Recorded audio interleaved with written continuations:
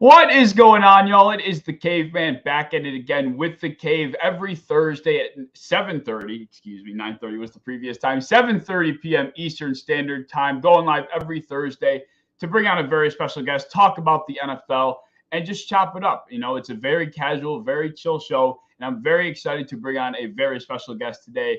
And we just had a fantastic. Just met him 10 minutes ago. We had a fantastic conversation, and I'm happy to bring on the Talking Sports podcast host, Peter DiBiasi. Peter, I really appreciate you taking the time on background to, come on the show with me. I know you're a busy guy. You got a lot going on between school, content, all the other stuff. So this does mean a lot that you took the time tonight. No, man, I appreciate you having me on. It's always a privilege to come on other people's shows and obviously talk Bills, talk football. So, man, I appreciate it.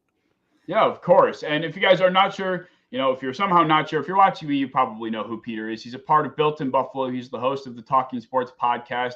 And he's also actually, and I was kind of talking about it with him prior to the show, he's interning with Matt Perino on Syracuse.com, New York Upstate. And that was really damn cool, when you made that announcement. So I wanted to congratulate you on that note, because it's, that's the path, like kind of we were talking about, you getting an internship with a guy of Matt's pedigree. That's a pretty damn cool, type of thing to get experience with. So I'm excited to see where that takes you. And I think it's, very cool if you want to speak on that. Give yourself a little bit of an intro as well. Yeah, no, I appreciate that. That was kind of a fun little announcement. It's always fun. It's always fun when you get to announce something cool about yourself and kind of to your own horn. But yeah, I work I host every Tuesday at 8:00 on the Built in Buffalo network. It's called the Buffalo Blitz, and it's a Bill show. So we do it every Tuesday, 8:00. I also write for BuiltInBuffaloNews.com. I basically not run their whole Twitter page, but I contribute to their Twitter page. But yeah, Built in Buffalo. If you're a Bills fan, I'm assuming you know some sort of what Built in Buffalo does. They do a great job. So I host a show on Tuesdays at 8:00. And then that's on their Facebook and YouTube channel. And then I founded the Talking Sports podcast a couple years ago. And very bland title, but it works. And it's about sports. And I just on YouTube, on Apple Podcasts or Spotify, just type it in.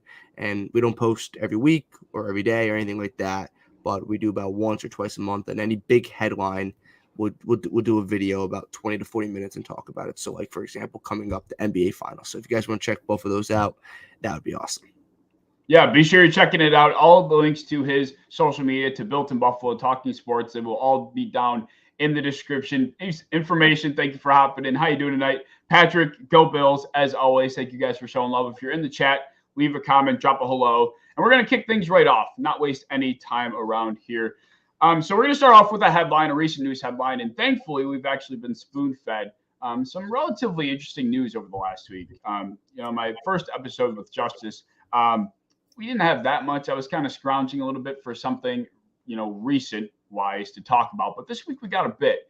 The first headline that I wanted to cover was the talk of the town. The rule passed that is allowing fair catches on kickoffs, and this ball will be then placed at the 25-yard line. Nobody seems happy about it. I understand the angle they're taking, but before I elaborate, what are your thoughts on this? So this maybe surprise people. I'm a huge college football fan, right? I like college football better than the NFL. I like my NFL team better than I like my college team, but I like college football. I grew better than the NFL. I'm not saying it's a better product. It's just what I grew up on. So they've had this rule, I'm going to say a couple years. I don't know if it's 2 or 3 years in college football already. They've already had this rule. So I'm used to it, right? Like, this isn't anything new to me. It's an interesting rule, and I get it, and I get why people are like, or I think it was Andy Reid who actually said it was like, oh, when do we get to flag football? Like, we're going to get to a point where it's become flag football. And yeah, I get that. I just also think that taking a touchback for the most part on kickoffs is usually the better play. Mm-hmm. It's smarter to get the ball at the 25 because every time you hear like a kick returner stats is usually to get to like the 21 or 22 on average. Take a couple extra yards. I know it's only a couple extra yards. It's still something. So it's an interesting rule. I don't love it. I don't hate it, but I'm used to it. So if you're a college football fan, you've been used to it for, I keep saying 2 to 3 years. I think it's 2 to 3 years. It's at least 2. I know it's definitely 1. So I've been used to it for a couple years. And I haven't really you don't watch the game and you're like, oh man, that stinks. Like, you worry about the first time it happens for the Bills, right? You're gonna be like, oh, and then Josh Allen's gonna snap the ball and you're gonna be ready to go, right? Like, you're not gonna just dwell on it after the Bills drive down for a touchdown. Well, It would have been quicker if Nyheim Hines was able to return it to the 30 instead of fair catching it to 25, right? Like, I get it. You're not going to dwell on it, but it does take a little bit out of football, just a bit, but not enough where you should be overly concerned about, I guess, the nature of football. Yeah, I think, you brought a very, very different perspective than what is universally spit as of late surrounding this topic. And I'm not a college football fan. I barely watch. I'll watch the championship. If it's even a good game. TCU just got, the brakes beat off of them. That was like the first championship I've watched in a couple of years, and that was when I got to turn on my television. But either way, you're right. At the end of the day, if it's fair caught, nobody's going to think twice about it. It's going to the ball's going to be placed at the 25. Josh Allen's going to trot on the field. Patrick Mahomes is going to trot on the field. It could be a primetime game. It could be Christmas. It could be the Super Bowl. Nobody's going to think twice about it, especially 3 or 4 weeks into the season. It's going to be pretty much something we're all used to. So that's definitely a fair point. I think personally, the way that I kind of was thinking about this was from kind of like a player's or coach's perspective, because we've seen special teams, that side of the ball. That's the angle they're taking, it seems like, to try and improve player safety. You know what I mean? They're definitely, when it comes to increasing the touchback from the 20 to 25 to try and prevent people from running the ball out. That happened a few years back. Now they're getting rid of, pretty much any returns at all by allowing this fair catch rule. It seems like special teams, I guess my point is being diminished when it is a very important side of the ball. And, we got guys like Nyheim Hines or Keyshawn Nixon, for example, the young kick returner for the Packers. He, made his name, made his living in his first season. That's how he got his opportunity. And that's how a lot of players kind of flash to begin with, is on kick returns, on punt returns. That's when, guys like Odell, Tyreek Hill, Antonio Brown, earlier in their careers, they flashed, in that regard. And then they went on to be who they are today. Taking that away removes opportunities for players like that. We might not see guys that, could become something or are able to make a name for themselves and earn an opportunity in other facets of the game because special teams is getting diminished. And that goes for coaching staffs as well. If special teams is slowly kind of less impactful, teams aren't going to worry about it as much. Maybe jobs are lost. Not, like I said, not only on the player level, but on the coach's level. So I thought about it from that way. Like you said, I don't think it really takes that much away from the game itself, where it's like becoming flag football. I get where they're going with it, but from that aspect, I think it's a big negative in my opinion. It also doesn't officially take away kickoffs.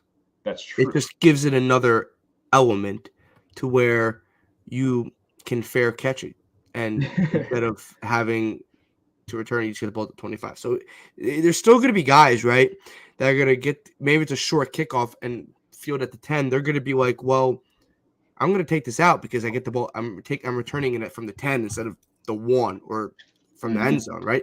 So I don't know. Like I want to see, like, when let's say we'll watch the first maybe 6-7 weeks of the season, and I'm assuming some website, you probably can do this yourself. It might take a little legwork, but you can see the statistics. How many people are actually fair catching it and getting it at the 25? That's not in the end zone or even inside the 5, right? Like, it's just like, I think it's not going to be as drastic as people think it is. But you'll definitely notice it the first time you see it, right? But then the second, third, and fourth time you see that, you'll start getting used to it, and then by halfway through the season, you'll be okay. Yep, I'm right there with you on that. This is going to be a forgotten thought, by the 5th week of the season. So I entirely agree in that regard, and it won't be that big of a deal. All right, so that's headline number 1. We're going to move on to the next segment. I'll have the headlines kind of sporadically placed around throughout the show. So that's the first headline I wanted to cover. The next segment I wanted to hop into is just the Q&A segment. 3 questions I have on deck for you. If anybody in the comments wants to drop a question for us to dive into, I will be more than happy to pop it up on screen.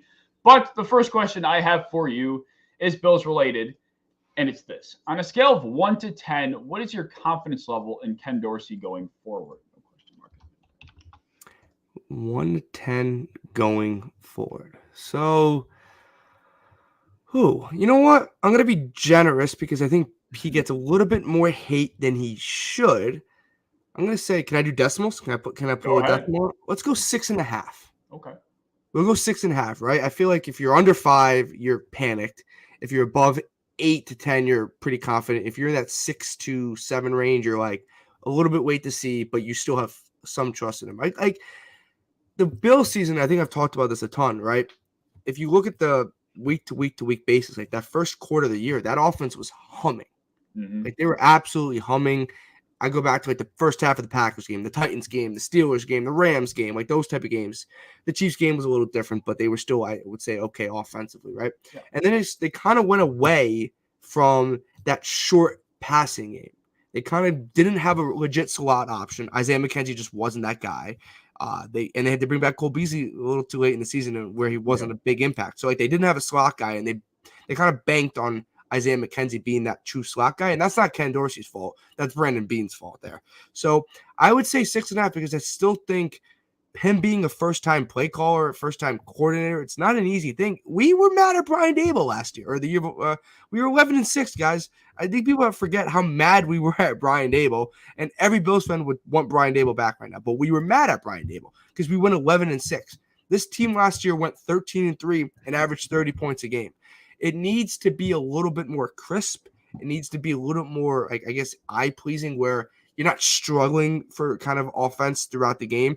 I don't think the Bills, outside of the couple of first weeks of the season, put together 4 quarters of strong offense, but they were so good in the other quarters in the game, they were able to still win 13 games in a playoff game, right? And then it kind of fell apart in that Bengals game, 100%. So I would say 6.5, right? Like bringing in Kincaid, bringing in Hardy, Sherfield, you're going to have and Shakir coming, obviously Shakir, and you're going to have like Damian Harris, another year of James Cook.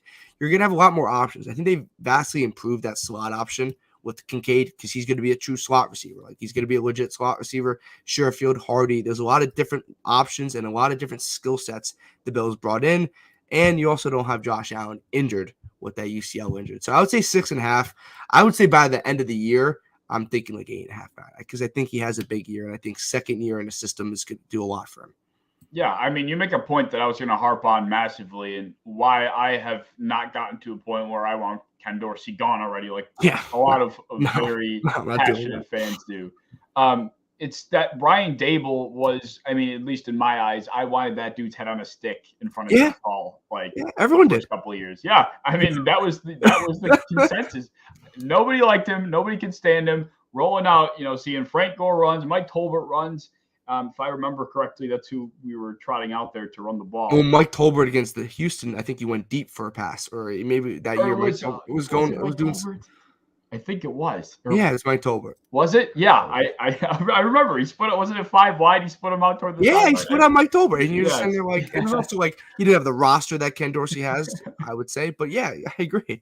Yeah, I mean that. Yeah, I mean I was fuming. I was livid watching those games. Mm-hmm. So as frustrated as I got watching games that Ken Dorsey was, in charge of offensively, I had to remember those emotions that I went through, and then how I felt watching the Bills offense under Brian Daboll his last year. Just the complete difference in what years of experience can do for a guy, not just a player, but for a coach. And, that's just something we all have to keep in mind. And like you mentioned as well, the different skill sets that we brought in should really be helpful. We kind of transitioned from, an offense that was, really clicking with Brian Daboll, and then he departs, and then Ken Dorsey takes over, and everybody's expecting, because we have the same pieces, everything should carry over. And that's, I think, a very fair expectation. But now Ken Dorsey gets an entire offseason with players that weren't around, with players he can kind of craft to make his own, that are trying to make a name for themselves as well. I think that will definitely be beneficial. Latavius Murray was a guy that I also wanted to throw in. His experience in that backfield next to Damian Harris, like you mentioned, with James Cook. I think the run game will be hopefully more effective. I don't want to see more of it, but I want to see it be more effective. That's where I'm at in that regard. But pretty much everything you said, I'm in alignment with. Ken Dorsey is a guy that needs to learn. He needs to have the rough patches, just like Brian Daboll did. And, who knows? He was a highly praised replacement. I mean, we had him coming in as, the pass attack god. People were like referring to him as, how smart he was. So I think I should have relatively high hopes for his future. I think 6.5 is pretty fair expectation. All right. So the next question I have for you, non-Bills related, unless you make it. Who's your early Super Bowl prediction? We got a while, but Who comes to mind? So let's see. So I've picked the Bills the last 2 years. So, and obviously they haven't been to the Super Bowl the last 2 years. So maybe reverse jinx this, right? That's what I'm kind of thinking. Not pick the Bills. Bills get to the Super Bowl. I'll swallow the pill being wrong, but my team's in the Super Bowl. I don't care. I would say out of the NFC, right? Like the NFC is an absolute crapshoot of just very mid teams with like a one really good team and then the 49ers not having a quarterback, right? Like I think if the 49ers had a quarterback and someone that we trusted, then you'd be like, they're the better team because they're a better team than the Eagles. They just had Josh Johnson roll out for 3 quarters of that game and they had no chance at all. So I would be, it's really hard for me to pick the 49ers to come out of the NFC not knowing who their quarterback is. I'm going to stick with the Eagles out of the NFC, right? Like I like Dallas. I guess Rams might bounce back. The Giants, I don't know if Daniel Jones can make it. Like, NFC South, nobody there. I like Minnesota, I guess. They're a solid roster. They have good weapons, but Kirk Cousins going to a Super Bowl. Who knows? So it's probably Eagles by default. It's not like the Eagles are a bad team. I just think if they had competition like the AFC, it wouldn't just be such a clear-cut team. And you know what? It might not happen because it's the NFL. So I see Eagles at the NFC. And then there's like 3 or 4 teams in the AFC where I'm thinking the Bills, the Bengals, the Chiefs, and then you could probably throw in the Ravens, the Chargers, the Jets, and maybe Miami. People might crucify me there with Miami, even though I'm not really sold on Miami with Tua. You know what? Let's just run it. We'll say the Bills. Well, I'll go against exactly what I think. I think it's a 3-team race. I still think it's a 3-team race with the Bengals, Chiefs, and Bills. Bengals made it 2 years ago. Chiefs made it this past year. And obviously won it. So it's the Bills' turn. I think that's how it should work. I think it should be fair. I would say Bills, Eagles, but I do think there's 3 tier 1 teams in the AFC. So, like, if any of those tiers were in the NFC, let's say like they replaced them with the Eagles, they kind of do a flip-flop, like those teams would be automatically in the Super Bowl. That's how good I think the Bengals, Chiefs, and Bills are. It's just who's not facing each other in the division round. And then who's hosting the AFC Championship or who's playing best in the AFC Championship, right? So I would say Bills, Eagles, but I could see Chiefs and Bengals. And there's some other good teams, but Bills, Eagles. I like that a lot, that you really you tiered off like who the top 3 are. And I think that's pretty much the only way to look at it, because these are the 3 teams that have been the force of dominance in the AFC. People want to talk about the Chargers. The Chargers have gotten a lot of hype. They have not lived up to it over the last couple of years. The Ravens, another team. I thought the Ravens were going to be a force to be reckoned with going into last year. Obviously, Lamar got hurt. That didn't help. Rashad Bateman going down, probably the worst injury they could have suffered outside of Lamar, so that didn't help either. I am still high on them, but it's just one of those things where until we see it, I'm not going to sit here and put them in that tier. Yeah, that's right. And with the NFC, I mean, it's ABC, right? We have the Eagles, the 49ers, and then your wild card being C, which you probably can remove from the equation because it is desolate. It's just a conference of you really don't know. And I would say the 49ers are going to be my choice out of the 2, just because the hope is that you're not rolling into the NFC Championship with Josh Johnson or Christian McCaffrey at quarterback or Brock Purdy, who can't throw. You know, I think something that a lot of people won't admit, but you said it outright. They probably win that game. I mean, they do win that game without 100%. Question. I mean, the Eagles were bailed out a multitude of times by 49er penalties. And then eventually the frustration on the defensive side of the ball for San Francisco just started to boil over, trying to make continuous stops over and over and just trying to play a game that you pretty much have next to no chance in for that long. I mean, for anybody that gets mentally overbearing, especially when you play your whole season for that moment. So, I completely understand why the 49ers might have looked vulnerable in that situation. And I don't think there's credit given to them for the battle they fought. So I'm right there with you that I think they're probably they are the better team, I think, at the end of the day. So I would say the 49ers, assuming their quarterback situation gets straightened out. The AFC, man, it's tough. It really is. The addition of Orlando Brown to the Bengals offensive line is intriguing. It is. I don't know. They supposedly revamped their offensive line going into last year. They still had a lot of issues. Jamar Chase did get hurt for a portion of the season. They looked iffy to start the year. Kansas City, I guess you can never count them out. No. I thought there was I didn't know what I was expecting from Kansas City without Tyreek Hill, but it wasn't for them to suck, but it also wasn't a Super Bowl win. So now I have nothing but high expectations for them. And then there's Buffalo. And the way I look at Buffalo is just completely irrationally. They have these extremely high expectations going to the last couple of years, and they don't meet them. Now everybody's kind of doubting them. Everybody's looking at them as potential frauds. Yes, exactly. Exactly. Everybody thinks they're the next Cowboys. They get all this hype, and then I have to live up to it. Blah blah blah. Now we're going to exceed our expectations. So, just for the sake of being irrational and not really knowing what else to really, what other puzzle pieces to use to put the puzzle together, I'll say Buffalo too. Buffalo and San Francisco. There's just no way Kansas City goes again. There's no way. There's no way. I also want to say what you said in the Ravens. I actually think I'm not going to go and say the Ravens are going to win that AFC North. I'm not going to say that, but I do think if you get 17 games of Lamar Jackson, right, and you get healthy weapons with Bateman, Zay Flowers, who's going to be a stud, and if we get a fully healthy Odell, throw in Mark Andrews and J.K. Dobbins, that Ravens team can win 11, 12 games, 100%. I'm not saying they're going to win the division, but I wouldn't. It's like the Bills division, right? It's like the AFC East. I'm not going to go into. I think the Bills are going to win the division by a game or two, but it's not like they're going to win the division like the last couple of years.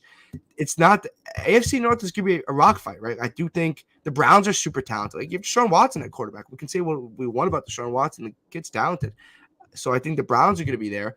I don't think the AFC North is as much of a cakewalk as people think because the Bengals are getting a ton of hype, rightfully so. They made the Super Bowl 2 years ago. They made the AFC Championship last year, right? Like, so they deserve the hype. But the AFC North is not going to be just Bengals are going to win by 3 or 4 games, barring injuries, mainly to the Ravens and Lamar Jackson, because Lamar Jackson's won an MVP. Like, Lamar Jackson can win you 12, 13 games, and that can win you that division 100%. If the Bengals actually win 11 or something happens and the Ravens beat them head to head. So I wouldn't sleep on I'm not saying you are. I think you were spot on with the Ravens. I just think people need to maybe not slow down on the Bengals being a Super Bowl contender because I think they still are, but that division being an easy cakewalk for the Bengals. For sure. And I think I've been asking myself often, what division do I think will be the best, the most talented, or the toughest, depending on how you want to phrase it. The AFC North continuously comes to mind. The AFC East, we got the Rodgers, Tua with Waddle and Hill, the Bills, of course, and then you got the Patriots, who always scrap, but they're the weaker link. Yeah. I mean, you could say for the North that the Steelers are that weaker link, but the Steelers are always scrapping too. TJ Watt got healthy at the end of last year. They went on a winning streak. Somehow Mike Tomlin kept his winning record streak alive. They're a game away from they're going into the last week and having a chance to make the playoffs. Something if I forgot who had to lose, but probably Miami. I think it was Miami or someone had to lose, and the Bills were playing the Steelers in the playoffs. Like that was an option. Yep, and the Ravens that did make the postseason nearly beat the Ravens in the wild, or nearly beat the Bengals in the wild card. Yeah. Tyler Huntley's a goal a couple inches away from breaking the plane with the ball before he fumbles a 99-yard. Yeah, Lamar wins that game, and the Bills are probably in the AFC Championship game. Yeah, absolutely. The Bills definitely. Or if Lamar plays that game, excuse me. The The Bills win the AFC Championship. Or the Ravens definitely win that game. I mean, I think I had them at 13 or 14 wins last year. I don't know if I want to say they're going to win the division this year. That's fair. 100%. I'm very close to doing it. I don't know. I just kind of have put off my predictions to the side because I don't want to think about it right now. I just think like you probably can throw out the strictly AFC, throw out the AFC South, right? The Titans are kind of rebuilding the culture. Like the AFC South can be fun because we're going to get to watch. We're going to CJ Stroud, Anthony Richardson. Those guys are going to be fun to watch because they're young guys and it's going to be cool. But like the AFC North is going to be a rock fight. It's probably a better division than the AFC East, in my opinion. Yeah. I know people are talking about the AFC East being like the best division in football. I would still say the AFC North because I think they got better quarterback play. In the AFC, I think the AFC North is like Lamar, Burrow, Watson is probably better than than Allen, Rodgers, and Tua. Mm-hmm. Yeah, I mean, I think Pickett. If you wanted to compare Pittsburgh to New England, which I don't even think is Pickett's comparable. better than Mac. I think Pickett's better than Mac. Totally. So yeah, they have the quarterback advantage pretty much laid down down pat. So I think the AFC North is going to be. They might, and hey, they might kill each other by the time they get to the postseason, and they might be gashed. So this could end up working in our favor. We just got to hope that the AFC West is also a similar dogfight. It should be if Denver bounces back. Denver has to bounce back. Denver has that's to bounce the big if. The big if. All right, so that's my second question. My final question for you is kind of football related, but more so directed for you. What is your best / most memorable experience of your content career thus far? I got two. One was I'll go quick. I don't want to go on forever here, but one's quick. So this past fall, I go to Providence College in Rhode Island. So this past fall, I interned as a sports media intern for ABC6. And if you don't know what that is, I'm assuming most people don't. It's Providence. It's the New England ABC. So wherever you are, it's ABC6. So they cover Rhode Island sports, but they also have Massachusetts sports. So they cover New England. So the four major Celtics, Red Sox, Patriots, and Bruins, and then like the URI football, all that kind of stuff. So I was a sports media intern. So I was able to go to every single Patriots home game. And I was also as an intern and do the whole basically reporting job just as an intern. And I was also able to go to practice every Wednesday. So the first thing is I was at a Bill Belichick press conference and I shot a video for me to tweet out. So I tweeted it out and it has maybe a minute clip of Bill Belichick saying, I forgot what he said, whatever he said. And you put the ABC6 logo on the bottom so you can get credit for it, right? So I tweet that out. About 20 minutes later, I go on Twitter and I see somebody messaged me on Twitter. I forgot who it was and saying, go look at your post. I go look at my post and Adam Schefter used my video. Really? Didn't give me credit. Gave me no credit, but he tweeted it basically as his own because he didn't credit me. And it just said, I wasn't mad, but it just had ABC6. And I'm like, oh, shoot. So Adam Schefter used my video. So that was kind of cool. And then the second one was when the Bills played at the Patriots this past season. And I got to cover the game as a reporter on Monday Night Football. So I got to go pregame and I got to be on the field with the Bills. I got to take some pictures. I didn't get to talk to them. I was right behind Bean. I was right behind McDermott. I was kind of an intern. And then watch the game live, which was awesome as like a sports media intern. And then after the game, I usually get to go to Patriots press conferences and the locker room. But this time my boss knew I was a Bills fan and was like, you know what? You don't have to go with us to the Patriots. So I got to sit into the post-game press conference with Josh Allen, Tremaine Edmonds, Poyer, McDermott, and all that kind of stuff. So that was kind of a life-changing moment. That was like really cool. So I would say those are probably the top two ones right there. That's pretty awesome. That sounds surreal to be able to sit there. I was sitting there. It was like 10 o'clock or 10:30 because it was Monday Night Football. I don't know. It was probably like 11 actually. And I was just sitting there in the press conference waiting. I was like behind Perino. I was behind any Bills reporter, like Sal. I was like behind him. And I was just sitting there. I was like, oh, okay. And I was like, it just kind of hit me because we're waiting for McDermott, waiting for Al and all that stuff. And I saw Diggs walk in. Diggs was talking and all that stuff. And I said, what's up to Stephon Diggs? It was a cool moment. I got to cover my favorite football team. So that was probably a surreal moment for me. Is that where that video of DeMar Hamlin came from that I saw yes. on Twitter? Yep. That was that video of DeMar Hamlin. I got to get more storage on my freaking phone because the amount of Patriots. Because I was at every basically home game for the Patriots. So it was like I have videos of Lamar. I have videos of the Bears game. I went to the Colts game. I have like videos of Matt Ryan walking. I just went there and I'm like, I'm gonna take photos. I'm gonna take photos and videos, and I have so many Bills videos and all that stuff. Yeah, so I took that video of DeMar Hamlin, not knowing what was gonna happen. It was just me just shooting video, and I was like, you know what? When the incident happened, I was like, you know what? Maybe I do have a video of DeMar Hamlin. Let me see if I can find it through all my files. So yeah, that's where that video came from. That's pretty damn cool. I mean, that's the best word I could use to describe is just surreal. Probably be able to sit in the seat, seeing all those credentialed reporters like Sal and Matt, and whoever else was there. That's a pretty damn cool moment. Just aspiring, to be in that position, just to be there that had to be pretty damn cool. Well, thank you for sharing, dude. That's pretty damn awesome. All right, so let's move on. This is called the Hilltop of Hypothesis segment. So, long story short, this segment is just you're going to present a topic that you feel, or a take, I should say, that you will die defending. It's something that you firmly believe. You cannot be told otherwise. You will not be jolted off of this hilltop. What would this take be? So I would say this take kind of got proved maybe 2 days ago when Dorian Williams came out and he was playing middle linebacker for the Buffalo Bills. Like, this isn't a major, huge take where I'm saying Lamar Jackson's the best quarterback in the NFL. When you sent me this, I was thinking strictly Bills. So when Dorian Williams was drafted, and I had like a third round. I'm a huge draft guru. Like, I love doing the draft and all that stuff. So I had like a third round grade on him. So he was kind of slotted in kind of that position where the Bills took him. So when you go on Twitter, and we know if you're on Twitter, when Dorian Williams was drafted, the knock was that he's Terrell Bernard 2.0, that he's the same kind of player as Matt Milano. And I right away, I was doing the draft for day 2 on Bill and Buffalo. So it was live for the whole draft. And I was saying right away, no, that's just not true. Dorian Williams in college played 70% of his snaps at inside middle linebacker in college.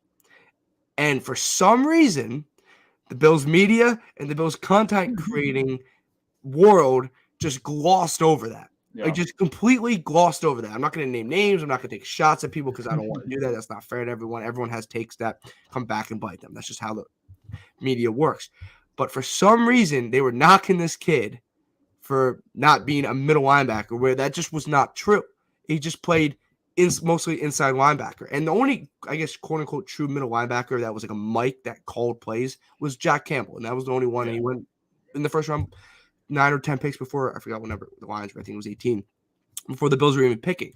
So Dorian Williams was an inside linebacker. So I said right away, this guy's going to play middle linebacker for the Buffalo Bills. And then I said he's going to start week 1 for the middle linebacker for the Buffalo Bills. I'm not as confident as that second part, and that's become kind of recently where I'm saying he's going to start middle linebacker. So this take's kind of a little bit old, but it's kind of got proven when McDermott said he was playing middle linebacker. And then I put out a tweet and basically saying, without me saying I was right, I said I was right, because when he was drafted, I was like, this guy's going to play middle linebacker for the Buffalo Bills. And everyone was like, no, he's Terrell Bernard 2.0. He's the same position as Matt Milano. And I was like, guys, you guys are smart people. You guys know how you guys done this way longer than I have. It's a quick Google search. It was kind of mind-boggling how, and we see how the world works now. Like, false information just gets passed real fast. Oh yeah. Oh, that I would say that was like kind of my take, where I was like middle linebacker Dorian Williams, and I kind of got a little bit of hate for that. Yeah, that was, like you said, Terrell Bernard 2.0 was the very hot comparison at the time of the pick. A lot of people were confused. A lot of people were thrown off. And that seems to be a trend with Brandon Beane. He always picks a pick where, from a surface level perspective, you're like, what's going on here? Yeah. But we always have to remember, regardless of how they end up playing out, every pick at the time has a plan. And whatever has happened with Terrell Bernard, or is happening, I should say, because he's not to be written off unfairly. He had a plan when, he was brought onto this roster. Mm-hmm. Whatever happens, but there's a plan in place. The whole trust the process thing is corny, but trust the process. I mean, these guys are smart. They have jobs where they do for a reason. So we have to just acknowledge the fact that where these players end up, or if they don't end up panning out, it's maybe more so because their talent was misjudged than it was the plan didn't go the way that it should have, I guess, is more of what I'm trying to get at. So, you make a vet, and I didn't pay attention to he was our third round pick, right? Yes. If I remember correctly. 91. I didn't pay attention too much at that point for the Bills because I was tired that night. And I just I was not waiting for this pick for the Bills. I was exhausted. So I stopped really paying attention. So I saw the pick. I saw everybody freaking out on Twitter. And I threw in my 2 cents. I didn't make too many comments, but I did say, this is a little bit odd. Mm-hmm. And of course, that's like the initial reaction doesn't have to be right. Yeah. I don't think it was initial reaction that kind of drove me nuts. It was like the day after and then 2 days after. And when people were just completely wrong. And my biggest thing, when you watch the draft and stuff like that, right? And you kind of get to the weeds of it and you see the Bills draft pick, take a couple minutes. I know people love getting content out right away, getting opinion out, but unless you scouted this guy and you just watched a ton of film on him, you might want to do a Google search. Go to PFF, go to Draft Network, go to ESPN, NFLDraft.com, NFL Draft Profile, and they'll tell you exactly what position he plays, and they'll tell you exactly what his comp is and where he played in college, without you having just to do your thing. So yeah, I get people why they went with Terrell Bernard, and I understand that, and I agree. I wouldn't write off Terrell Bernard, and I said this on my show on Tuesday. I expect maybe the Bills to use some 3 linebacker looks with Milano, Dorian Williams, and then Bernard as the Sam. Take Teron Johnson off the field, not because he deserves to be off the field, just to change up the looks and get a little more aggressive with the blitzing. So I would look out for that potentially down the road. Yeah, I think on that note, without going off on too much of a tangent, I'm excited to see this because you opened what could be a big can of worms. This new face defense with Sean McDermott at the head of it, because I think it's going to be aggressive. I think Sean McDermott's coming in to kind of prove like, hey, this is now my defense. This is what it's going to look like, and it's not going to be a carbon copy of what's been in the past. I think he really wants to own this. He wants to really make it clear that there's not going to be mistakes that were made before this time around. And I think he's going to do that in ways that we haven't seen Leslie Frazier attempt to do because he's been somewhat passive. So, you were spot on with the idea of where Terrell Bernard could come in and why Dorian Williams was probably potentially picked, because we don't know what Sean McDermott could be planning. He could be rolling out completely different packages than what we were used to seeing Leslie Frazier come out in. So I'm very excited to see that. And it gives, it gives the nickel a little bit of a break. I think coming out in nickel, ideally, often is very beneficial when you have defensive backs that can tackle and play physical at the line of scrimmage like we do. But it also doesn't hurt to have different types of looks. And we really haven't been a defense that provides different types of looks. Same look. And you know what? Something also I would expect, not a ton, but Taylor Rapp. Use him. They're going to use 3 safeties. You're going to see it. I'm not saying you're going to see it 25 times a game, but you probably can see it 5, potentially 6 times a game. So that's another look. I think the Bills are going to be very interesting on defense. They're going to give you a lot of different looks, which is good because it's going to make the offense hard. It's going to make you harder to game plan for going into the game. So, absolutely. And I'm excited to see it be. And I saw, actually going even further down this rabbit hole, I saw a tweet from the former Buffalo, I can't remember his name, the former I think founder or owner of Buffalo Rumblings. And he said that he doesn't really like the idea of McDermott taking over because he feels like that takes away from McDermott being a head coach and trying to amend the mistakes he's made as a head coach, because now he's going to be focusing his attention on the defense as well, game planning for the defense. And I guess I see that angle, but I also think it's a breath of fresh air for him. I think he's probably happy to get his hands back on his defense because that's what he's done his whole life. That's how he's gotten to this point. And it's probably driven him nuts a little bit not to be able to be the mastermind behind it, especially after his years with Carolina and the success that they had.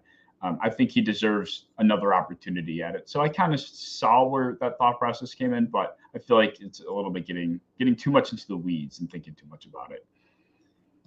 No, and quickly, I think McDermott got this job because he was the defensive coordinator, and you have Josh Allen, an elite top 2, top 3 quarterback on the other side of the ball, where you can kind of be a little bit more hands off in the sense because you trust him. You're not developing a rookie quarterback or a new system, and it's gonna be Ken Dorsey in his second year in the system. Josh Allen's been in the system for multiple years, so you can kind of be a little more hands off. But they also brought. I forgot his name. I forgot his first name. Holcomb from Carolina as a senior defensive assistant. And people think potentially down the road he could take over as the DC if McDermott wants us to go back. And he was a guy that worked with in Carolina. I forgot his first name. Damn it. I didn't even know. I didn't even hear this report, so this is news to me. This was like a couple months ago, and people said it. They were like, "Ooh, this is an intriguing option because he'll be like almost like the defensive coordinator, sort of as well with McDermott." So it's not McDermott, and they have position coaches, and it's not McDermott by himself. So they'll be fine. They'll be okay. But I think McDermott probably brings a little bit more of an aggressive defense, which you guys knocked with Leslie Frazier not being aggressive enough. So don't knock McDermott being the DC and then say, you know what, we want Leslie Frazier back, but then you complain about Leslie Frazier. You can't have it both ways. It's like Brian Dable thing. You can't have it both ways. Exactly. You cannot. And this fan base loves to try. Oh, they love having it both ways. I do. We all do it, obviously. But it's just you sometimes on Bills fans on Twitter are just it's a nightmare. It's a nightmare. And I love all of you guys, and you guys support me all the time. So I'm never going to try to knock you, but sometimes you got to breathe and just like let it develop and let it do its thing. Could not agree more with that statement. But we'll move right on into our next segment here. This is going to be just another headline. And another one that, what is there to make of it? Is there anything to make of it? Is it just noise? But DeAndre Hopkins was on the I Am Athlete podcast talking a lot and kind of expressed his interest in Josh Allen playing for the Bills. He said that Josh Allen is like a new school Andrew Luck. And he named Josh Allen as the first quarterback out of the list of guys he named to be the guy that he wants throwing to him. Do you think there's anything to this outside of DeAndre Hopkins just giving his opinion? Is there smoke? Is it possible he's a Bill? I think it's 100% possible he's a Bill. I'm not going to go on my high horn and say he's going to be a Bill, write it down. But there's been interest. I think Bean even talked about it, like not directly, but there's been interest on both sides. Obviously, DeAndre Hopkins wants out of Arizona. You can kind of tell without him saying it. I do think him saying Josh Allen, like, that's probably not where you want to go, where you want to, like, if that's your, like, if you're like DeAndre Hopkins is going to be a Bill because he said Josh Allen before he said Mahomes or Lamar, whoever else he said, that's probably not the best logic. It just sparks headlines, it sparks Twitter views, it sparks all that kind of stuff. But it's interesting because it makes you think, right? Like, he wants to play for Josh Allen, right? Or the Bills. Clearly, there's interest there. He said it a month ago, right? Didn't he say something about, like, he wanted to play for the Bills? He, like, they asked him facial expressions, and he gave a good facial expression for the Bills. It's a weird thing we're talking about here because it's just like there's no concrete evidence. And I talked about this on Tuesday on my show because we brought up DeAndre Hopkins again towards the end of the show after we talked about OTAs. But people need to write this date down, June 1st. The Cardinals save $10 million in cap space if they trade DeAndre Hopkins post June 1st. So if they're going to do it, they're not going to do it tomorrow or the next day. Yep. June 1st is next Thursday, I believe, actually.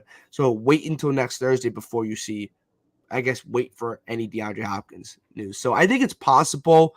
I think the price has to be right. My opinion is, right, the Bills give up a third-round pick.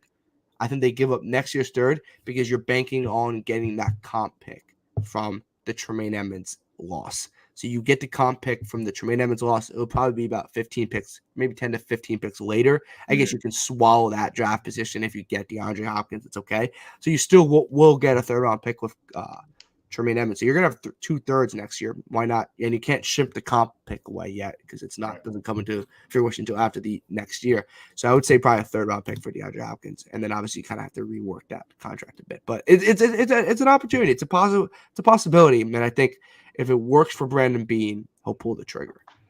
Yeah, and that's the biggest thing is I don't think we're ever going to extend our hand too far down the well, hypothetically, just to make it work, just to make it happen. It'll happen if Brandon Beane, like you said, feels it's right. And that's what I think a lot of us differ from him, where, somebody, that was a little bit more emotional in that position would say, okay, we will do the little bit extra that D-Hop might want. Whereas Brandon Beane, I think, is a lot stiffer when it comes to those types of situations. And when Von Miller was a Bill, when that announcement broke, I was floored, as everybody was. Just because we aren't used to players of that caliber coming to Buffalo. But I think it's, as a lot of people have talked about, it's just cool to hear these stars talk about Josh Allen, talk about the Bills in this light, just because we're not used to it. So I thought seeing him call Josh a new school Andrew Luck was interesting, but very, very high praise. Yeah. And I think we also forget how good Andrew Luck was. Yeah. You know what? I honestly probably would say Josh Allen might be a bit better than Andrew Luck, I would say. But they're right there. Like, you're comparing apples to apples, in my opinion. Yeah, I mean, we didn't get to see Andrew Luck, unfortunately, long enough for as long as we'll probably see Josh. So I think by the end of it, it'll be safe to say that Josh is. I think we're also just going to forget about Andrew Luck. Sadly, it's just going to be one of those careers where you're just like, he was good. It's like my formula, it's like the NBA, like Brandon Roy. I always go back to that kind of like the NBA where like he was very good. And we're both 22, so this is probably like 6 or 7. Yeah. And people always talk about how good Brandon Roy was, and he just only played for a couple years, but he was again all-time player in those 3-4 years he was. So it's one of those type of careers. Yeah, that is a very sad reality, and that's just it is. That's just the state. Absolutely. All right, so let's move on. That was the second headline. I do have one more, and I'm excited to get into that one. But the next segment that I have here is called the over-under segment. And over-under is pretty much over-under. We're going to have two teams. I'm going to present their win totals that are on FanDuel Sportsbook. and you're going to tell me if they are over or under. And we are actually focusing on the AFC North, and it's good that we already kind of touched on them a little bit earlier. So the first team that we're going to focus on is going to be the Browns. Over under 9.5 wins. What do you think? I'm going to go under. I'm going to go, they're going to go 9-8. I'm going to go, they're going to go 9-8. I think that division is really tough. I don't know if Deshaun Watson's that quarterback he used to be a couple years ago. Then I think the year off for obviously the reasons he took off or he was off, not injury. So I think 9 wins. I would say 9-8. I would say under. Somebody's got to suck in that division. Somebody has to not be good. Yeah. And nobody knows who it's going to be. It almost feels like a coin flip across the board, at least in terms of who might be the top dog. But who's going to be the bottom of the barrel? And it'll be one of those things where the bottom of the barrel could be a number 1 seed in any other given division based on how the year plays out. But the Browns are probably the Browns and the Steelers are going to be the popular choice for the 2 teams at the bottom. But who knows? Who knows? These 2 teams very well could capitalize on the offseason adjustments that they've made, or Deshaun Watson's case, just having another year, having another full offseason under his belt. That'll probably be pretty beneficial. And I've seen a lot of Steelers hype lately, a lot of Steelers hype. So who knows if that'll carry any weight. But Browns under we got here. And the other AFC North team that I got is Cincinnati. Over or under 11.5 wins they're at. I'm going to go under. Under. I'm going to go 11-6. I think the Browns still winning 9 games. That's still a good amount of games. I think the Steelers are going to be around that 8-9 window again. And I think the Ravens are going to be around the 10-12, which is a way more competitive division, in my opinion, than the Bengals have faced. And I still think they go 11-6. They got to play Buffalo. I think they have to play Philly. I think the Bengals have to play Philly. I want to say they have to play Philly. Oh, wait, I have their schedule. Yeah. I thought I had their schedule. I should have had their schedule. That's probably what I screwed it up. Anyway, you're right. It's competitive across the board. I mean, it'll be shocking if any of these teams have 12 or 13 wins. I think that'll be a very impressive and damning type of year in that competitive division to be able to escape with what would probably be. I mean, you probably have to win 4 of your 6 divisional games. Yeah, I'm looking at the schedule right now. Some of the non-division games, right? Like they host the Vikings. Tough game. They're at Kansas City. They're at Jacksonville. They're home against the Bills. They're at the 49ers. The Seahawks are going to be a tough game.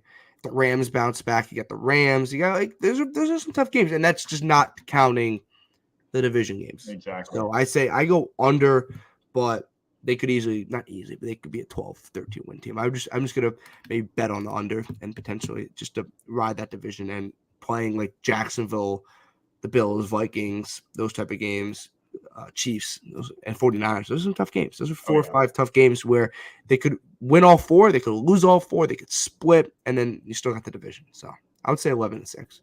I like that call. And if they're over, it's 12. I don't think that's seeing a Cincinnati team get 13 wins in that division or with that schedule just in general. I would be surprised. I think Baltimore. I don't think their schedule is that difficult, if I remember correctly off the top of my head. It's not Bengals level difficult, but it's probably middle of the pack. I'm trying to recall the strength of schedule list off the top of my head.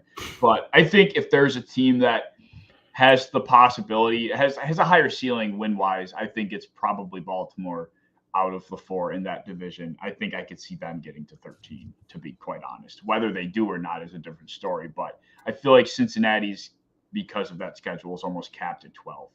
I'm just seeing how difficult it might be. But I like the under. I think I would go under as well. Cleveland, I don't know. I kept myself from answering because it's tough. It really is. Their strength of schedule won't be anywhere near as difficult. No. All right. So we'll move right along. The next segment that I got here this is a fun one. This is a new segment that I implemented in the new revamp of my show here. It's called the Caveman's Advocate, or called Devil's Advocate, essentially is what the game is. I'm going to present a topic, and I presented the topic to you earlier. And regardless of what side you choose on the debate, I have to play the opposite. Even if I disagree with the side I'm taking and I agree with you, I got to try my best to withhold the conversation and, defend that side. And we'll see how it goes. And I'm interested to see what side you take. I had to prepare well for both battles here.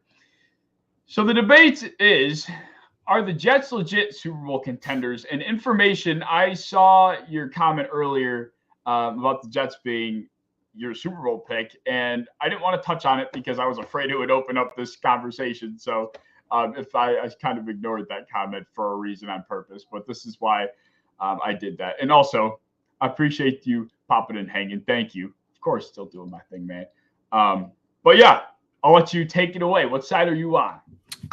When you texted me this, I've kind of flip-flopped back and forth. I'm going to say no.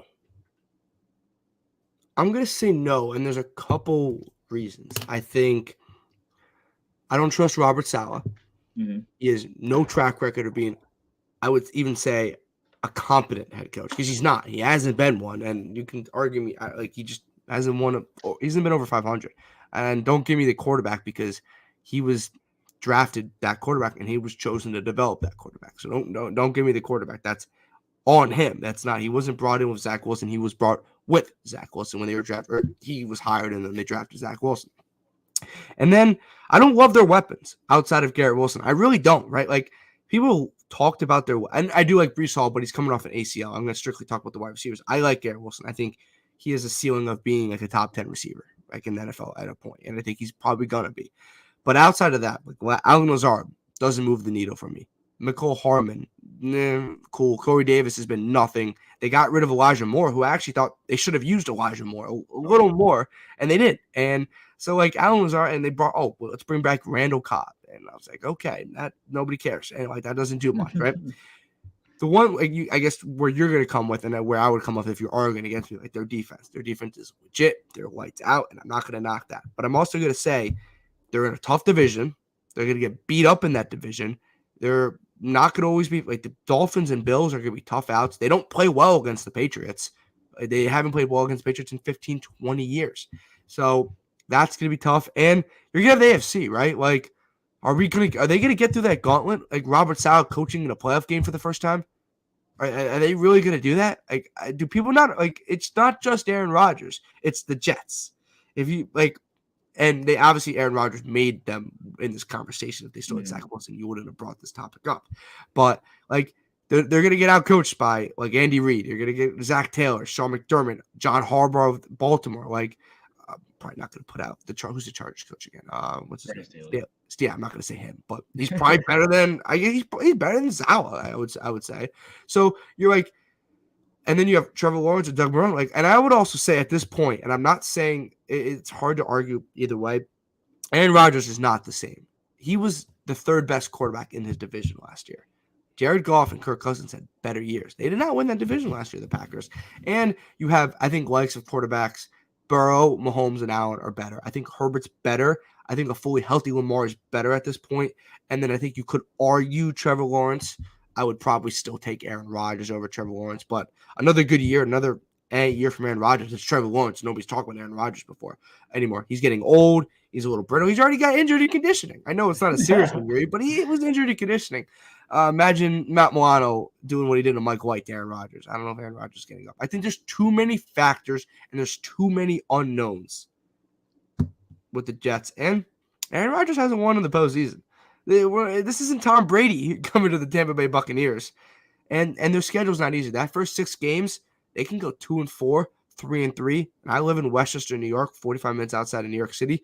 This New York media will rip you apart. Those first 6 games, let me quickly pull this up. Those are not, I don't know, I'm assuming you looked at it. Yeah, their strength of schedules. Yeah, it's hot. You got, this is the first 6. Bills, Cowboys, Patriots, who they don't beat, Chiefs, Broncos, Eagles, Giants, then Chargers. Was that 8? That was actually 8 games, right?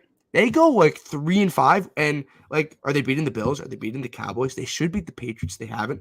Are they beating the Jets? Who knows? They should beat Denver. Eagles, probably not. Chargers, I don't know. At the Giants were a playoff team last year. And then you got the Raiders, who are decent. Then you got the Bills. Like, those first 8 games, right? Let's say they go 3-5 or 4-4. and the Bills are, let's say they go 3-5, right? And the Bills are 6-2, and we're already 3 games up on the loss column for the Jets to win the division. Mm. The media is going to rip them apart and the season's over. Like, it's going to happen that fast. So I think there's too many factors for the Jets to be a Super Bowl contender. And I also just think the AFC is too good. I think they're like a tier. They're like 4. Like they're highest, they're 4th best team. And you can argue they're 6, 7, and maybe 8 in the AFC. Yeah, I mean, you attack that in so many different angles. I'm trying to find a way to put my shield up to see what way I want to defend from.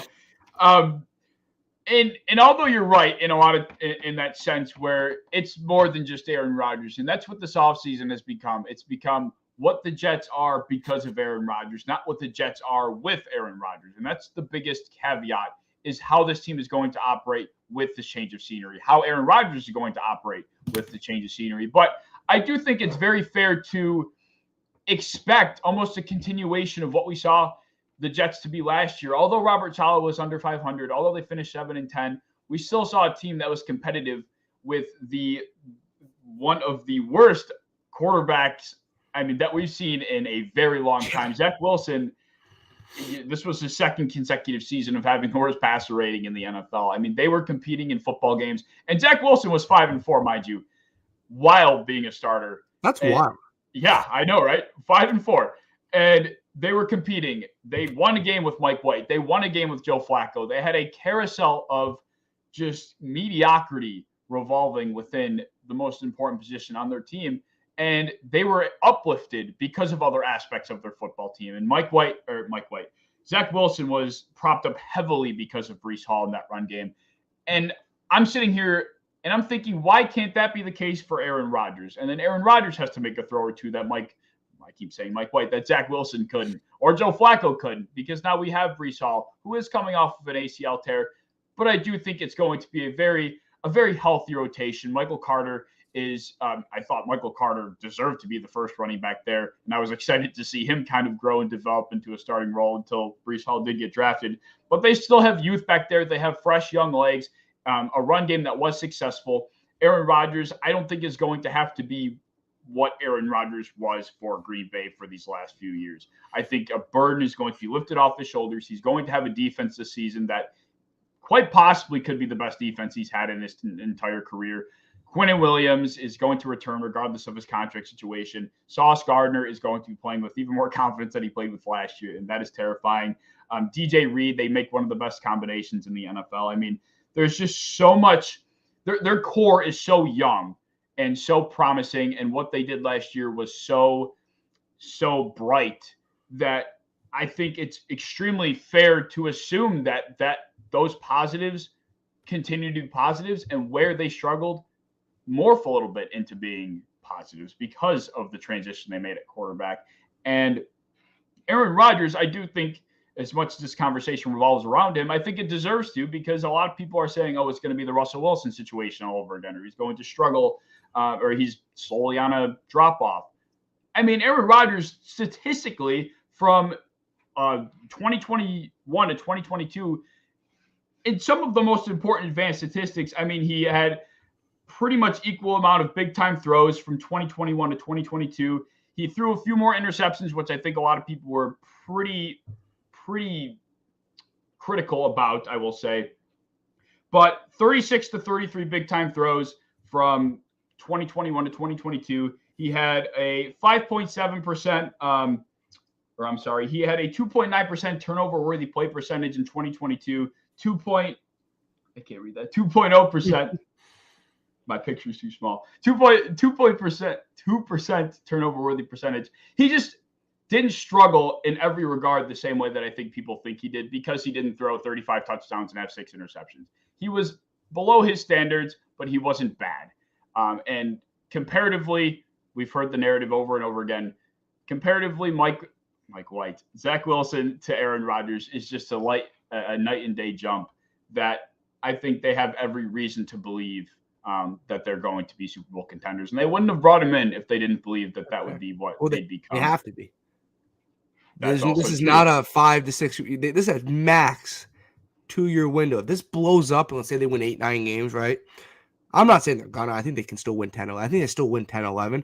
But let's say they win 8-9, right? Let's say they win 8-9, don't make the playoffs. Oh my goodness, how bad of a trade that would have been, because you would have lost. They wanted Broderick Jones in the first round, and they lost that spot, and they had to go back and get Christian McDonald, who was an absolute reach at that position because he was nowhere near a top 20, maybe even first round prospect, and they reached for him because they wanted Broderick Jones, and they got jumped because they had to move back, and then they would lose their first round pick next year. They give up a second round pick this year, so you're gonna give up a first round pick next year if you don't make the playoffs. Like, you got to win a game or two. Like, this is like, and I think also I think this supports my argument more than yours, but the fact that there's pressure on this team, there's a ton of pressure. They just traded for Aaron Rodgers. Like, they don't win games. The media's gonna eat you alive right away, and that schedules, and nobody cares, right? Like, we've learned, nobody cares if you lose games. Like, the Bills were 0-2 in the division last year to start. Nobody cared.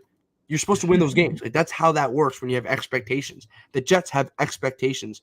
So I'm very intrigued to see what, not Rodgers does, because he's done very well with expectations, but that roster, Robert Saleh, like those weapons, like like Sauce Gardner's gonna be up like this. They're gonna win. They have to win some games like, early on, and that's why I think the Jets kind of struggle early on. And I think this maybe not a Tampa situation where they struggle and then go win the Super Bowl, but where it's like they struggle and then get better. But I think it's closer to the Tampa than the Denver situation, bringing in a veteran quarterback. But I think it's probably meets in the middle. So, yeah, I truthfully agree with. That it's definitely more in the middle. I think the Russell Wilson to the Aaron Rodgers comparison, I think that is entirely ridiculous. I mean, Russell Wilson was on a very clear downward trend prior to his transition to Denver. The hope was that Denver would, flip a switch and all of a sudden he'd return to his old ways. Whereas Aaron Rodgers, he's slowly declining because he's getting old, but his play hasn't gotten to a point where it's abysmal or he's making consistent decisions. No, not at all. Yeah. Games. Russell Wilson was doing that, and he continued it, and it got worse. It's just nowhere near the same situation. But you made a very fair point. This is me talking genuinely now.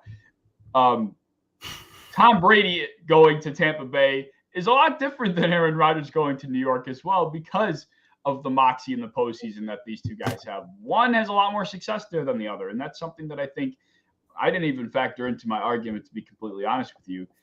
But I've been one to knock Aaron Rodgers in the postseason heavily and his lack of success. I have used it against him many, many times, and it's only fair to analyze it in an argument like this. So, honestly, I think there are a lot of signs pointing to them being a contender, but for reasons that you mentioned, they're going to struggle. They're going to be faced with adversity that they really didn't face last year. And a lot of it will be because of the expectations that will probably crush them. And these young kids are going to be put in a situation not experienced that they're not used to. And a lot of the pressure in all reality is going to be more on them than it is going to be on Rodgers, because they are the ones that are supposed to be uplifting the 40-year-old man, not the 40-year-old man uplifting the 22-year-old. So I think I probably am way more in line with you than the original argument I had to take. But that was good. You really did come at me in many ways today. I was trying to, when I do this and I'm trying to plan for it, I'm trying to decide how the other person is going to attack it. And I was very Aaron Rodgers centric. So when you came at it from different angles, I was a little bit unprepared, but that was fun. Yeah, I also think when you mentioned quickly Denver, like I think it's closer to I don't think it's closer to Denver than Tampa Bay, but where you can make that argument is coaching. Like Bruce Arians was a veteran coach, a proven track winner, had a proven track record going to Tampa and with Tampa, right? Nathaniel Hackett had no track record, was brutal. Robert Saleh's been and has no track record. So I would say maybe you don't really have a coach to lean on. And you also have Nathaniel Hackett with the Jets. So that's why also you can make that connection pretty easily just by doing it. I'm not saying it's going to be, but that's how people make that connection. Absolutely. And, coaching, we've seen how much of a difference it's made for our Buffalo Bills at times and where it could be extremely, extremely impactful in good and bad ways, but couldn't agree more. All right. So we got 2 more segments left. I want to touch on the final headline that we have for tonight. And this was something that also crossed my hypothetical desk. And I was like, I don't know. Isaiah McKenzie says if the Cincinnati-Buffalo divisional round game was in a dome, it would have been a totally different game, insinuating that I assume he means we would have won. I mean, I think I'm preaching to the choir when I say I think that's wishful thinking, but it was more than just weather. It was more than just a game plan. It was a team that just rolled out there, not mentally prepared, and it showed. I mean, I just don't know what else there is to it. I mean, what was your take on this? He's right. It would have been a totally different game because of the weather. It would have been inside. There would be no weather. So it's a different game. It might have not have been an outcome. The Bills didn't show up in that game, right? Yeah. Like, they were from the beginning of the game was over. Like, you were down 14-0, and I remember sitting on my couch and having no hope. Like, no hope. And this is a team that won 13 games. This is a team that won the division. That's a team that could average 30 points a game, that could score so quickly, and you had no hope. So I wouldn't say it would have been a different game. I think the Bills just weren't mentally there, right? Like, the amount that Damar Hamlin situation took out of that team, and respectively, you should understand as a rational thinker. When you're watching a football game, nobody's rationally ever thinking. But if you take a step back and we're at the point in May, you're like, I get it. I understand it. I was still disappointed. I'm still disappointed now, but you get it. So they put so much heart into that Miami game, and you could see like that Miami game, like they weren't there either. They just a couple of those turnovers just weren't like what they've been doing all year, and they kind of didn't play their brand of football, and they almost got beat by Miami. Thank God they did not. Thank God they won that game. Jesus. So, and then they go to Cincinnati or home, and the Bengals just had nothing to worry about. I know they were involved in the Damar Hamlin's, not the same thing. It is just not the same thing, and they came out. Look, and I do think the Bills didn't game plan well for that weather, right? Like, their passing concepts, their defense wasn't aggressive. Mm-hmm. You saw some of the clips of Trey White being 6 or 7 yards back on a 3rd and short, right? Like, that's where the new Sean McDermott comes in, where you're going to be more aggressive, where you're going to be ready for that game. And maybe that's good that Leslie Frazier's not there anymore. So it would have been a different game because it would have been weather. And you know what? I honestly think the Bills would have had a better chance in the non-weather game, right? I think they game planned poorly for that weather game. So they had let's say they had the same exact game plan. It would have been a little closer. They're not going to win that game, I don't think. So it would have been a different game because of the weather, maybe a little closer, but I'm not going to go sit here and say they would have won that game. I'm not going to do that. I don't think that's fair to the Bengals at all. No, not in the slightest bit. It was as simple as one team was there, one team was not. Like you said, and this was, I think, more of Isaiah McKenzie's point. I think what he was almost trying to do too, because many of our guys have been asked about what happened in that game. I think that was McKenzie's way of trying to say, like, the game plan wasn't right and we weren't ready in that regard without throwing Ken Dorsey completely under the bus. Yes. Like, I think this was his angle at it, trying to express how he truly felt without throwing shade. He'll take the bite a little. He'll take the bullet a little more because he's not in Buffalo anymore. He's in right, exactly. So he was willing to shed more light on it than I think we really have gotten before. Yeah. But not throw Ken Dorsey, to the wolves entirely. So I think that was more of what he was doing there. But either way, I think we're all on the same page where that game was lost regardless. Yeah, maybe it's different this year. And win this year, who cares? Exactly. That's pretty much winning solves all of the issues. Winning is the best remedy. Winning, everyone sounds good in the media. We all sound good. It's all fun and day. And you wake up Monday morning happy. Yep. All right. So we are on to the final segment of the show. This is the Caveman's quiz game. I'm nervous for this. You're nervous. Don't be nervous, man. I mean, I've had so many guests come through, play the quiz game. It's gone through a lot of different revamps. I've changed a lot up. I think I finally have a pretty good system in place, and I'm excited to roll it out for you right here. And it's pretty simple. So the Caveman quiz game works as follows. You're going to have 8 questions presented to you, 2 easy, 2 medium, 2 hard. Easy equals 10, medium equals 20, hard is 30. And then an impossible question, which is 50 points, then a wager, which works like Final Jeopardy. You'll be able to wager how many points you want. If you get both questions in a category right, so let's say you get both medium right, you get an extra 20 points. You get both hard right, you get an extra 30, etc.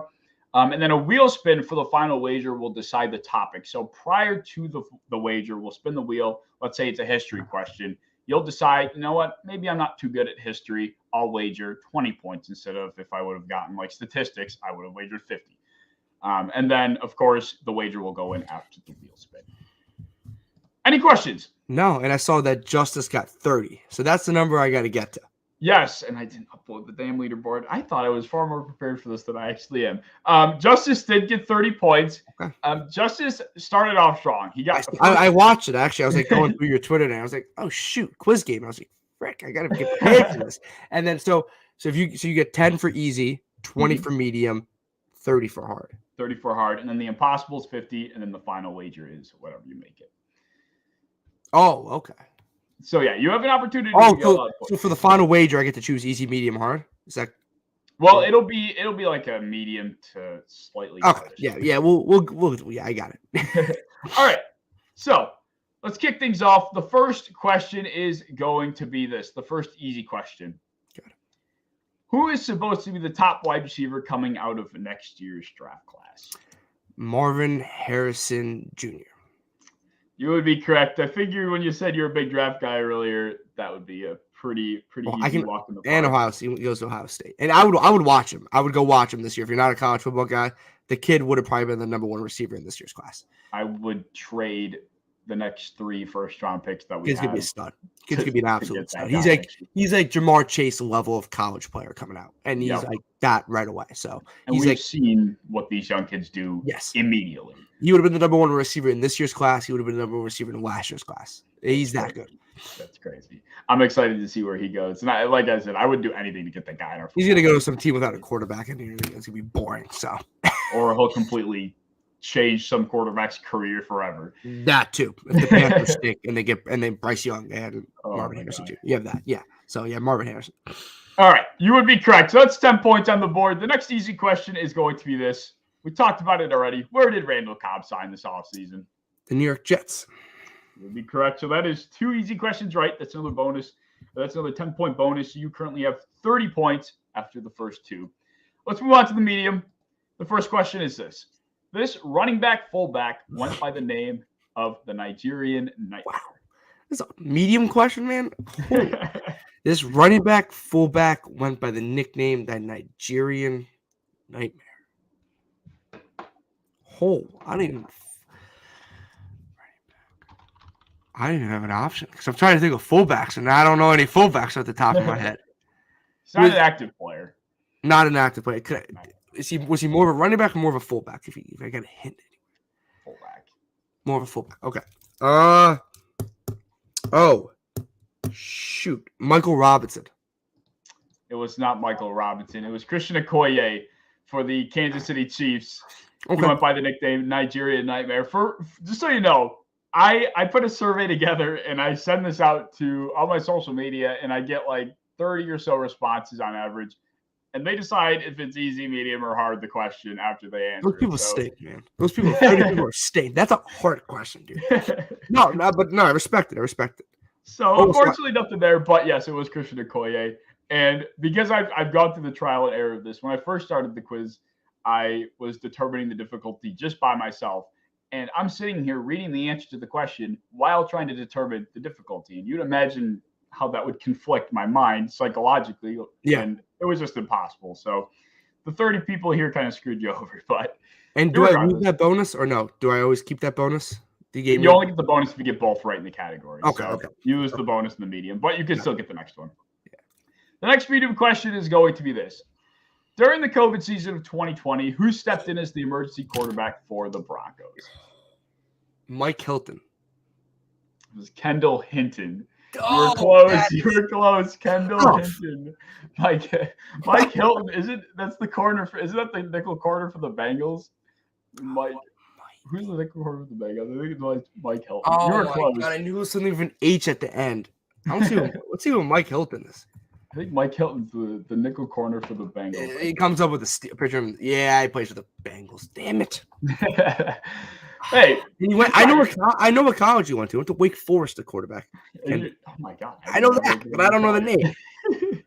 Hey, keep your head up. You still have 30 points. You have the hard, the impossible, and the wager. You still got a lot of points. That's a good question. That's a good question. That's a good medium question. Yeah, that's a good question. I like that. Shout out to the 30 respondees for gauging that one right.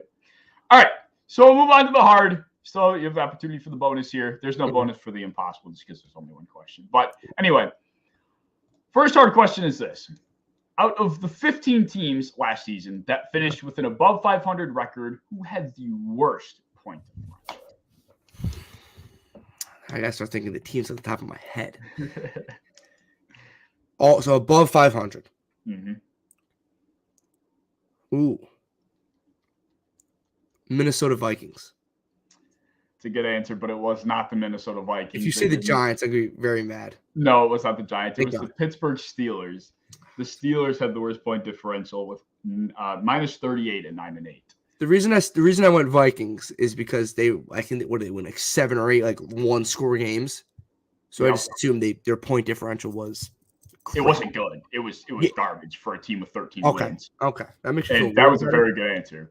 But the Steelers, just because when they were without TJ Watt, I mean, they were the Steelers. I always forget they're always above 500. Like that's a tough team that like not above 500. Yeah, they are, but they're one of those teams there. Yeah, they were lurking in the shadows. You don't think the team's above 500 and then think the Steelers, especially last year, but they were. Patrick, you have a good night, my man. I appreciate you tuning in. All right, so the next second hard question is going to be this. What offense was the highest scoring offense in a single season in NFL history? You could just name the team, and then if you name the year and the team, that's the answer I'm looking for.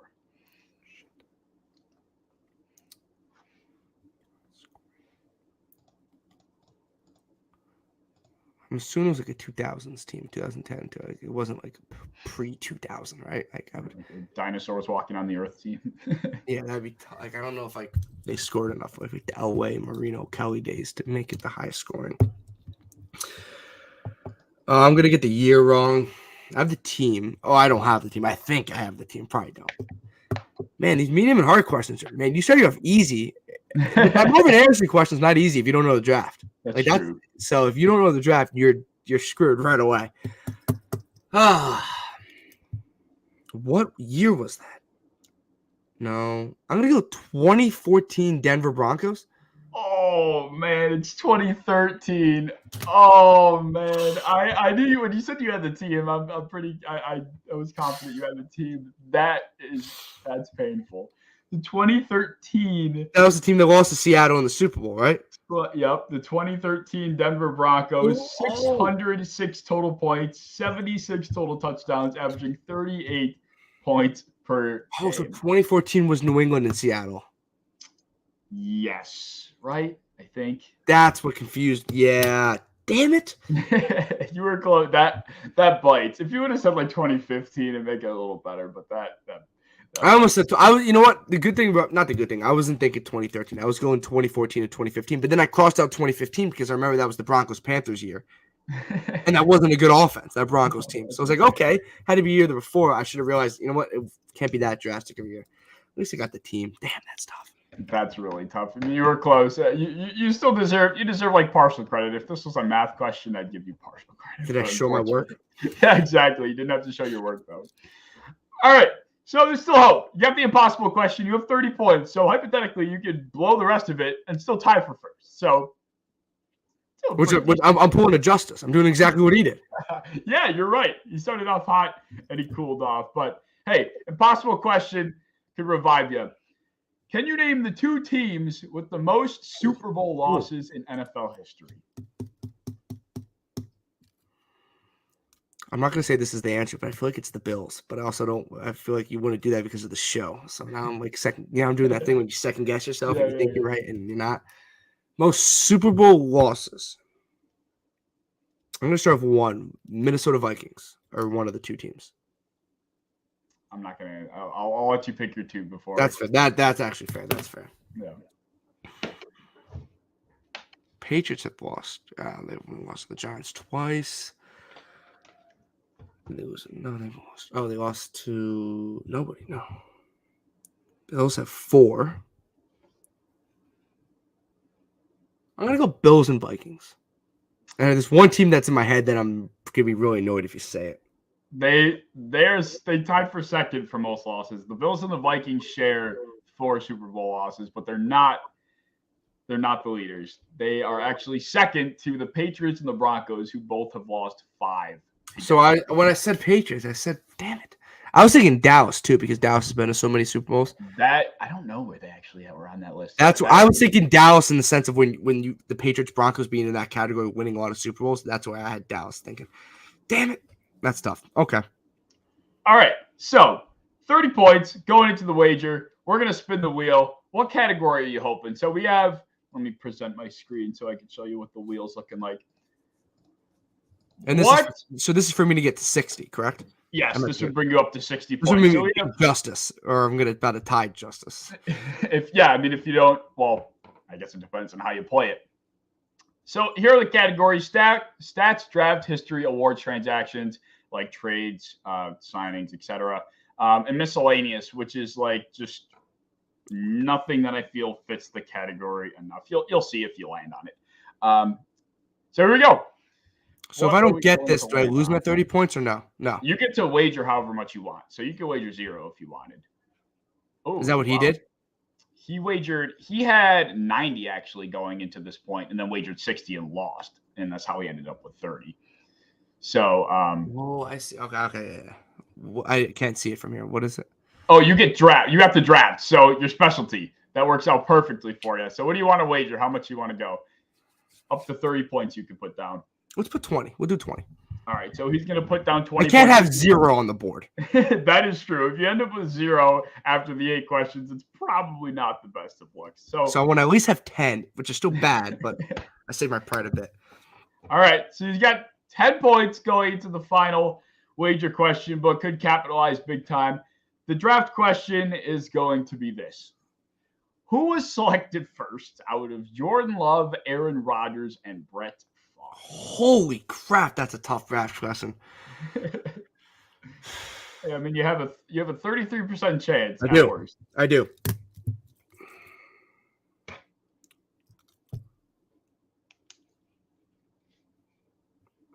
Aaron Rodgers. You are correct. It is Aaron Rodgers. He was selected first out of the 3. He was 24th overall. Was Love like 27 or 28? He was 26th. Yeah, 26. And Favre was 33rd. So Favre wasn't even a first round. Right away I said Favre was a second, and then I had Love in my head as a 27th, and I was like, Rodgers went earlier than 27. So thank God it was not 26. So well, good thing you didn't overthink it at all, because you knocked that one out of the park. So there you go. You end up with, if my math does not do me a disservice, 50 total points after the quiz game. That's not bad. Not bad. Take it. You started off hot, cooled off a little bit, and you nailed the final one. That medium first fullback question probably should be a hard question in my opinion. And one of those hard questions, like the over 500 or 500 teams, probably more medium, in my opinion. That's not you. It's the survey. Hey, I send out the quizzes if you want to put your input in to save the next contestant. Yeah. Spare the next contestant. But all right, that's all I got for us tonight, Peter. We've been going for an hour and 22. It doesn't even feel like it's been an hour, to be completely honest with you. We've flown through it. But just once again, I want to give you another humongous thank you for taking the time tonight. It was a blast, man. You were a fantastic guest, chopping it up with you for the first time. I mean, it was a breeze. It was a really good time. Of course, man. I appreciate it. And you know what? We're down the road this summer because we always need guests. I'll get you on the Built in Buffalo show on a Tuesday. Me and Lance Nelson, his name is Mafia Montage on Twitter. We're always looking for people, especially the summer when it's it's tough to get topics. Mm-hmm. It's not a lot of information. So yeah, we'll get you on. I'll reach out in a couple weeks and we'll work something out. But no, man, I appreciate it. And yeah, if you guys want to follow me on Twitter, you can do that there. Talking Sports Podcast and Built in Buffalo, all that fun stuff. But it was awesome. Had a blast. Good. I'm glad to hear that. And like you said, all the links to his social medias for the podcast, for Built in Buffalo, for himself, all be down in the description below, as will all the links for myself as per usual. So if you're interested, sticking around for the next show, be sure you like and subscribe and doing all that fun stuff. But as always, guys, we'll see you next Thursday at 7:30 p.m. Eastern for the third iteration of the season of The Cave. And until then, go Bills. I'll see y'all fucking later.